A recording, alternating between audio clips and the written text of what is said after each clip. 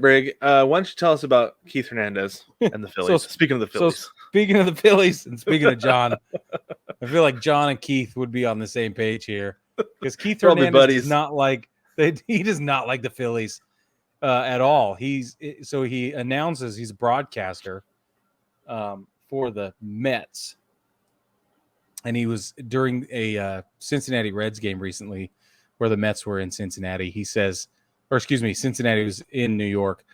This is a direct quote. Quote, I've expressed to the front office, not the Mets front office, our front office at SNY, that I hate doing Philly games. So I guess they gave me the series off. They're hot right now. I would like to see them, but as far as fundamentally and defensively, the Phillies have just always been just not up to it. End quote.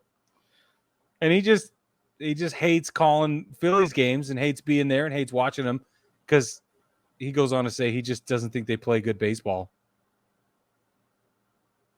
Pretty hot. And you know what, though? To be fair, I think most Phillies fans would agree with him this year.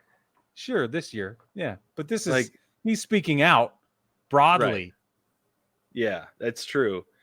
He is, because this is the thing with the Phillies, is that they rely so much on the home run that this year especially they've been living and dying by it.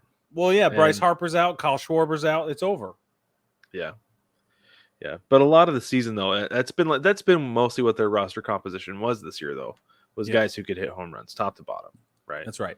With the exception of Kyle Schwarber and Bryce Harper, but without those guys, now you're just trying to hit home runs every day. And that's right. While doing that, not relying a whole lot, like he said, on defense or necessarily a bullpen, especially a bullpen. Especially a bullpen.